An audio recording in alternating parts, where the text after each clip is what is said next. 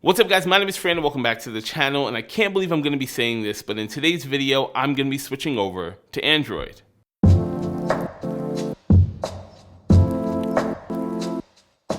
Alright, so this whole process is going to be really weird for me. Believe it or not, I've been an Apple iOS user for somewhere in the neighborhood of around 9 to 10 years now. I first fell in love with Apple iOS and the iPhone way back in the day in the year 2009. I was actually on Apple campus because I used to work at Apple. And at the time, one of my coworkers had actually showed me the iPhone, and I was completely blown away by how smooth it was, how web pages loaded. It was just the most fantastic thing I had ever seen. And just to give you guys some context as to what I was used to, the phone that was actually in my pocket at the time was a phone called the Helio Ocean. Now, it was a smartphone, but it did have a full-size keyboard on it, and at the time we didn't have apps or app stores, so you pretty much got the apps that came on the phone. And this phone was dubbed the MySpace phone because it came with a MySpace application as well as AIM. Coming from a phone like the Helio Ocean and then getting my hands on a phone like the iPhone was completely night and day, and it's been love ever since. The first thing that I did as soon as I got back to New York was order an iPhone, and I pretty much have had every single iPhone ever since then. So starting off with the original iPhone or the OG iPhone, and then eventually upgrading to the iPhone 3G.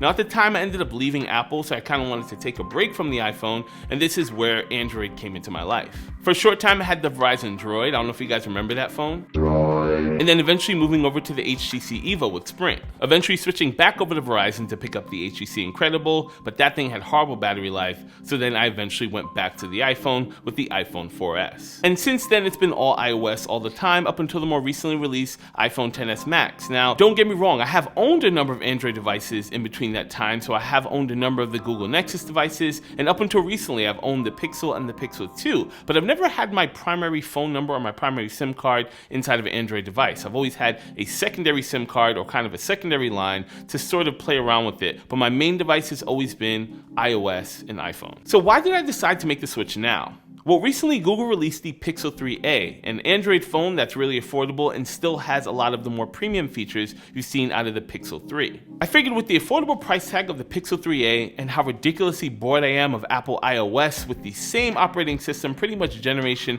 after generation with almost no new features, now would be a really great time to actually check out Android. I've also heard quite a bit about the improvements and features they've actually added to Android. Back in the day when I used to use Android, it was a complete buggy mess.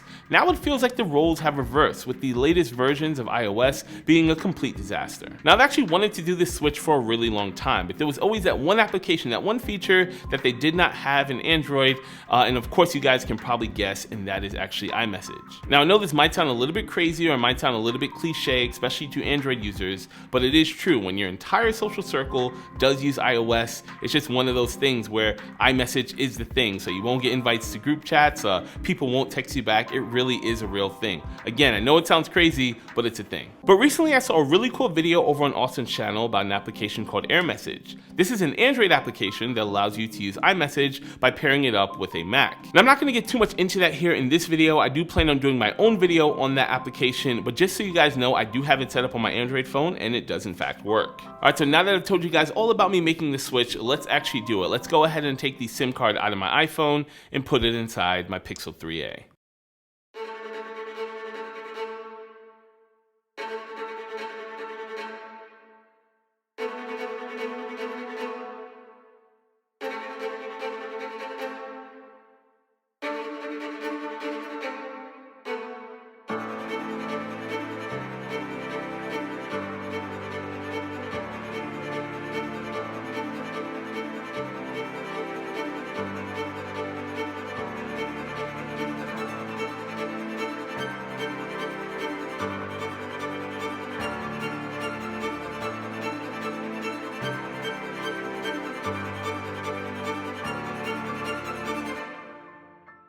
Okay, so that is it. It is complete. I've made the switch.